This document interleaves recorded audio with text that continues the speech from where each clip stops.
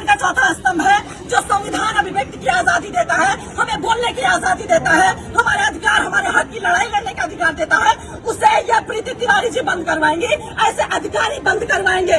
ये कह रही हमारा मूड खराब हो गया। हम मूड खराब होने का जिम्मा नहीं लेते, हम अपना काम करवाने आए हैं। आप पढ़ लिख कर अपनी मर्जी से अधिकारी बनी है, सुनने के लिए, जनता को झेलने के लिए, सेवा करने के लिए अधिकारी बनी है। आप अपने कार्यालय से जनता को दुर्व्यवहार करके कार्यालय से बाहर नहीं निकाल सकती है। यह अधिकार आपको नहीं है कि आप बोले हमको और आपके साथ खड़े 4 लोग और बोले कि आप भागिए यहाँ से, निकलिए कार्यालय से। अरे आपको पता नहीं है कि पत्रकार क्या होता है? आपने मामूली समझ लिया है। अरे आपको शर्म नहीं आती कि पत्रकार खड़ा होकर बोल रहे मैम मुझे न्याय चाहिए, मैं एक पत्रकार हूँ। आपने क्या कर्तव्य निभाया? आप योगी जी को नहीं जानती, सरकार आदेश नहीं सुनती है कि पत्रकार जब किसी भी अधिकारी के पास जाए, कार्यालय जाए, प्रशासन के पास जाए, तो वो इज्जत दे, पत्रकार को मान सम्मान के साथ बिठाए और उसे पूरा ब्यौरा दे जिस बारे में जानकारी चाहिए पत्रकार को। आप सुनती नहीं है, आप मेरी आजादी छीनेंगी, आप मेरे बोलने की आजादी छीनेंगी। मैं ऐसा नहीं होने दूंगी।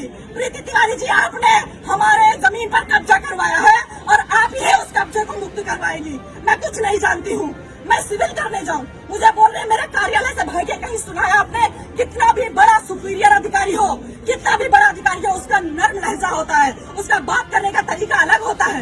ये कहाँ से पढ़ लिख कर आई है? कैसे अधिकारी बन गई कि इनका मूड खराब हो जाता है एक पत्रकार के सवाल करने से? लेकिन मैं यहाँ पत्रकार की हैसियत से नहीं आई थी, मैं एक पीड़ित लड़की की हैसियत से लखनऊ से दौड़ दौड़ के आ रही हूँ कि मैं पीड़ित हूँ। मैम, मुझे न्याय चाहिए। आपके गलत आदेश की वजह से मेरे घर पर कब्जा किया गया, आपने गलत कब्जा कर लिया, प्रशासन ने आपको गुमराह किया।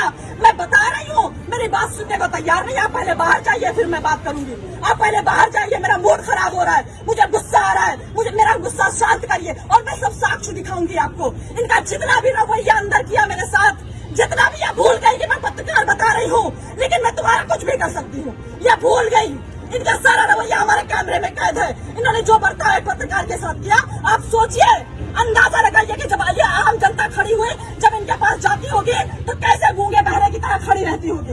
इनके आदेश के लिए एक शब्द सुनने के लिए कितना बेचैन रहती होगी कि मैम कुछ तो हमारे हक में फैसला सुना दे, कुछ तो हमारे हक में बोल दे, कुछ तो मेरे साथ न्याय कर दे। इस उम्मीद से जनता यहाँ पर खड़ी रहती है। और इन्होंने अभी कार्यालय का गेट बंद कर दिया और जब मैं परेशान हो गई, मुझे कार्यालय से बाहर निकाला गया, मुझे धक्का मारा गया, मेरे साथ दुर्व्यवहार किया गया, तब मैंने रिपोर्टिंग शुरू की, तब मैंने अपना कर्तव्य निभाया कि आज नहीं तो कभी नहीं। क्योंकि मैं यहाँ 2-2.5 महीने से चक्कर काट रही हूँ। मेरी बुजुर्ग माँ 2-2.5 महीने से आ रही कि मैम आपकी गलती की वजह से अभी तक कोई हमारे घर में घुस नहीं पाया।